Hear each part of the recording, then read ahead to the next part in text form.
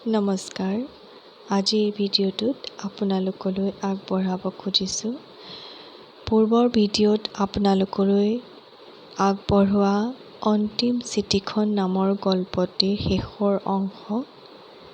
যিসকলে এই গল্পটিৰ প্ৰথম অংশ শুনা নাই তেওঁলোকক অনুৰোধ কৰিছোঁ মোৰ পূৰ্বৰ ভিডিঅ'ত চাৰ্চ কৰিলে আপোনালোকে অন্তিম চিঠিখন গল্পটিৰ প্ৰথম ভাগ শুনিবলৈ পাব।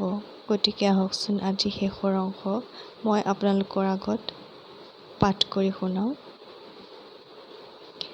চিঠিখন অৱশ্যে পোষ্ট কৰিবলৈ কোনো ঠিকনা বিচাৰি নাপালে ফুলকোঁৱৰে।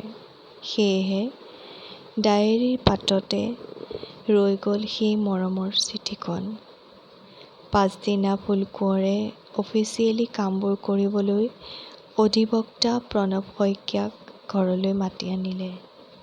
সকলো কাম-কাজ আইনগত নিয়ম অনুসৰি কৰা হৈ গ'ল। এতিয়া মাটিখিনি অনাথ আশ্ৰমখনৰ সম্পূৰ্ণ ব্যক্তিগত হৈ পৰিল। আশ্ৰমখন সুন্দৰকৈ গঢ় লোৱাত ফুলকোঁৱৰে সম্পূৰ্ণ সহযোগিতা আগবঢ়ালে। এজন সফল ডেকাৰ দৰেই সি যেন কামবোৰৰ দায়িত্ব ল'লে। অৱশেষত তাৰ ঘৰখনত আশ্ৰমখন সুন্দৰকৈ গঢ় লৈ উঠিল। আশ্ৰমখনৰ সৌন্দৰ্য দেখি ফুলকোঁৱৰৰ মনটো আনন্দৰে ভৰি পৰিল। সি আশ্ৰমখনক তৃপ্তিৰে এপলক চালে আৰু খোজ আগবঢ়ালে অন্য এক আশ্ৰমৰ ফালে, যিখনৰ নাম বৃদ্ধাশ্ৰম। যিদৰে অনাথ আশ্ৰমখনৰ কণমানিবোৰৰ পিতৃ-মাতৃ কোনোৱেই নাই, একেদৰে আজি ফুলকোঁৱৰৰো কোনো নাই। সিও জানো আজি অনাথ নহয়। দিনবোৰ বাগৰিবলৈ ধৰিলে। হঠাৎ ফুলকোঁৱৰৰ জীৱনলৈ যেন এক সুপৰিৱৰ্তন আহিল। তাৰ মনটো আজিকালি বৰ ভাল লাগি থাকে, কিয়নো আজিকালি তাৰ চৌদিশে উমলি থাকে কণ কণ শিশুবোৰ। সিহঁতৰ হাঁহিত আজিকালি সিও হাঁহে। দুখ যেন কি বস্তু সি চিনিয়েই নাপায়। হয়, আজিকালি ফুলকোঁৱৰৰ পৰিচৰ্যা অনাথ আশ্ৰমৰ এই কণমানিবোৰেই কৰে। তাক বৃদ্ধাশ্ৰমখনৰ পৰা লৈ আনিলে এই কণমানিবোৰেই। কিয়নো সিহঁতবোৰ ফুলকোঁৱৰৰ ওচৰত চিৰঋণী। কোনো কিছু নোহোৱা এই অনাথ শিশুবোৰক থাকিবলৈ আশ্ৰয় দিলে, এক জীৱন দিলে ফুলকোঁৱৰে। সেয়েহে সিহঁতে এই জীৱনদাতাকে পিতৃ-জ্ঞান কৰি অনাথ আশ্ৰমলৈ লৈ আহিলে। সিহঁতে ফুলকোঁৱৰৰ সম্পূৰ্ণ যত্ন কোনো কৃপণালি নকৰাকৈ লয়। সেয়েহে ফুলকোঁৱৰে সিহঁতৰ মৰম, শ্ৰদ্ধা, ভক্তি পাই অন্তৰৰ পৰা সুখী হৈ পৰিছে।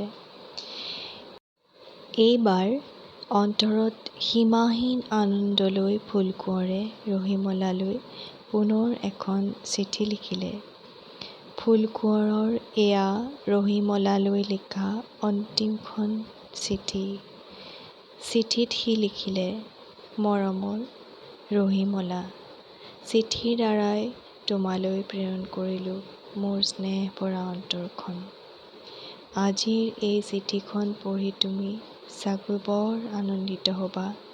ৰহিমলা, চোৱা মোৰ সুখবোৰ, যিবোৰ সুখ আমি বিচাৰি হাবাথুৰি খাই ফুৰিছিলোঁ, আজি সেই সুখবোৰ দেখোন মোৰ কোলাত আহি নিজে নিজেই ধৰা দিলেহি। তোমাৰ আৰু মোৰ আজি ইমানবোৰ সন্তান চোৱা। কণমানিও ফোন কৰি খবৰ লৈ থাকে জানা। মোৰ আৰু দুখ নাই ৰহিমলা। জীৱনটোৰ পৰা এতিয়া আৰু মোক একো নালাগে। কেৱল ঈশ্বৰৰ শৰণাপন্ন হৈছোঁ আৰু শিশুসকলক ভাল বাটেৰে পৰিচালিত কৰিবলৈ প্ৰাৰ্থনা জনাইছোঁ। হে ঈশ্বৰ, ইহঁতক ভালে ৰাখিবা। কণমান তোক আৰু মই একো দিব নোৱাৰিলোঁ। তই মংগলে থাক বোপা। আশীৰ্বাদ আৰু মৰম অৱশ্যে সদায় তোৰ লগত মোৰ আছে আৰু থাকিব। কণমান, তোক মই মোৰ এই জীৱনৰ অন্তিম সময়কণো দিব নোৱাৰিলোঁ। মোক সেয়েহে ক্ষমা কৰিবি। ৰহিমলা, মই তোমাৰ কাষলৈ আহিবলৈ লৈছোঁ। মোক লৈ যোৱাহি। হে ঈশ্বৰ! ফুলকোঁৱৰে ভগৱানৰ নাম ল'লে। প্ৰভু মোক লৈ যোৱাহি। লিখি থাকোঁতেই ফুলকোঁৱৰৰ মূৰটো টেবুলতে ঢো খাই পৰিলে। কলমটো তাৰ সোঁহাতৰ আঙুলিৰ মাজতে সোমাই থাকিল। কিছু সময়ৰ পাছত অনাথ আশ্ৰমৰ কণমানি এটাই ফুলকোঁৱৰক মাতিলেহি। দেউতা উঠা, ভাত খাওঁগৈ। দেউতা, দেউতা, দেউতাই নামাতে দেখোন বুলি চিঞৰি দিলে। লগে লগে আশ্ৰমত মানুহৰ ভিৰ লাগিল। ফুলকোঁৱৰ লগৰে চন্দন ভূঞাই ক'লে, দেউতা আৰু এই পৃথিৱীত নাই। এই আশ্ৰমৰ পৰা দেউতা এখন অন্য আশ্ৰমলৈ গ'লগৈ অ'। চন্দন ভূঞাৰ টোকাটোকি মাতটো অলপ সংযত কৰিবলৈ যত্ন কৰিলে। লগে লগে আশ্ৰমখনত কান্দোনৰ ৰোল শুনা গ'ল। অনাথ আশ্ৰমৰ সকলো মিলি ফুলকোঁৱৰৰ সৎকাৰৰ ব্যৱস্থা কৰিলে। পুত্ৰ ভূষণলৈ অপেক্ষা কৰিছিল যদিও সি অহা পলম হ'ল। সেয়েহে আশ্ৰমখনেই সকলো কাম শেষ কৰিলে। সকামৰ শেষৰ দিনা পুত্ৰ ভূষণ বোৱাৰীৰ সৈতে ঘৰ পালেহি। ঘৰ পায়েই সি দেখিলে গেটৰ সন্মুখত আঁৰি থোৱা ফলকখন। তাৰ চকু ফলকখনত স্থিৰ হৈ পৰিল আৰু প্ৰায় শব্দ কৰিয়েই পঢ়িলে ফলকখনৰ নাম, ৰহিমলা ফুলকোঁৱৰ অনাথ আশ্ৰম। সি যেন এতিয়া অনুতপ্ত। সি নিজকেই ক'লে, দেউতা, মা, মোক পাৰা যদি ক্ষমা কৰিবা। তোমালোকক মই একো দিব নোৱাৰিলোঁ। আশ্ৰমৰ ভিতৰ সোমাই সি দেউতাক থকা কোঠাটোত প্ৰৱেশ কৰিলে। পৰিপাটিকৈ ৰখা ৰুমটোত সি পুৰণা স্মৃতিবোৰ বিচাৰি পালে। চকু দুটা পানীৰে ভৰি পৰিল। তেনেতে তাৰ চকুত দেউতাকৰ ডায়েৰীখন ধৰা পৰিল। সি এপাত এপাতকৈ বৰ মনোযোগেৰে ডায়েৰীখন পঢ়ি গ'ল। দেউতাকৰ ডায়েৰীখন পঢ়ি অন্তৰত এক দুখৰ বোজা অনুভৱ কৰিলে। অনুভৱ কৰিলে দেউতাকৰ জীৱনৰ অকলশৰীয়া মুহূৰ্তবোৰৰ কথা। আৰু সি অনুভৱ কৰিলে কণমানিবোৰে দেউতাকক দিয়া নিষ্পাপময় শ্ৰদ্ধা, ভক্তি, মৰমৰ কথা। সি এতিয়া সম্পূৰ্ণভাৱে বুজি উঠিলে যে দেউতাকে আচলতে এই আশ্ৰমতেই সুখ বিচাৰি লৈছিল শিশুসকলৰ পৰা। পাছদিনা ৰাতিপুৱা সি যাবলৈ ওলাল। সি লগত দেউতাক মাকৰ স্মৃতি হিচাপে কেৱল দেউতাকে লিখা ডায়েৰীখন বুকুত সাৱটি ল'লে। যাবৰ সময়ত গোঁসাইঘৰত সেৱা এটা কৰিলে আৰু মনতে ভাবিলে, ধন্য দেউতা তুমি, ধন্য। তুমি এজন জীৱন যুঁজাৰু, এজন সফল, আচল মানুহ।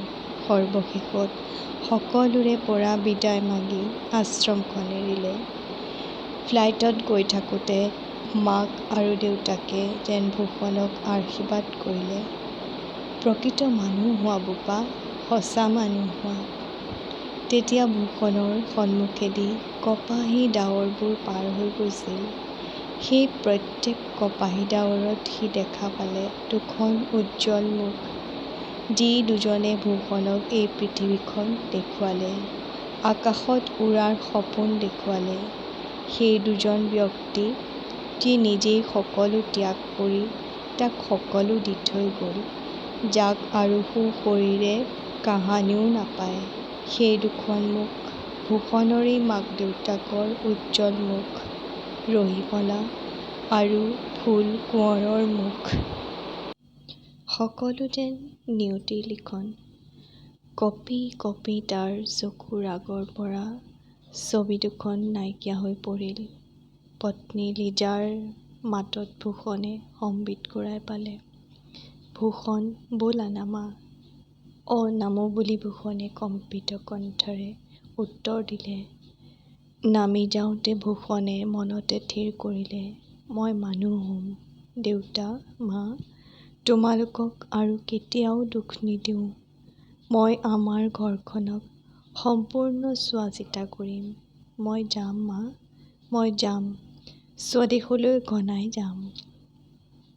কণমানিবোৰক শিক্ষাৰ সুব্যৱস্থা কৰি দিম। তোমালোকে আদৰুৱাকৈ এৰি থৈ যোৱা কামবোৰ, সপোনবোৰ মই পূৰ্ণ কৰিম।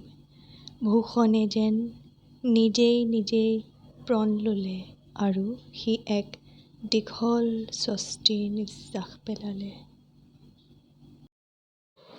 পশ্চিমৰ আকাশত তেতিয়া ৰঙা বেলিটোৱে গোটেইখন হেঙুলীয়া কৰি ডুবিবলৈ লৈছে। এক নতুন সূৰুযৰ উদয় হ'বৰ বাবেই, নতুন পুৱতিক জগাবৰ বাবেই, শুদ্ধ চিন্তা আৰু সৎ পথৰ নিৰ্মাণৰ বাবেই উদয় হ'ব নৱ সূৰুযৰ। অন্তিম চিঠিখন গল্পটি মোৰ এক ক্ষুদ্ৰ প্ৰয়াসহে মাথো, গতিকে অনেকখিনি ভুল ক্ৰুটি ৰৈ যাব পাৰে। আপোনালোকৰ বহুমূলীয়া মতামত আগবঢ়ালে সুখী হ'ম। লগতে ভিডিঅ'টো লাইক, শ্বেয়াৰ আৰু চেনেলটো ছাবস্ক্ৰাইব কৰি দিব বুলি আশা থাকিল। অন্তিম চিঠিখন গল্পটিৰ পৰিসমাপ্তিৰ লগতে আজিৰ ভিডিঅ'টো সামৰিছোঁ। ধন্যবাদ।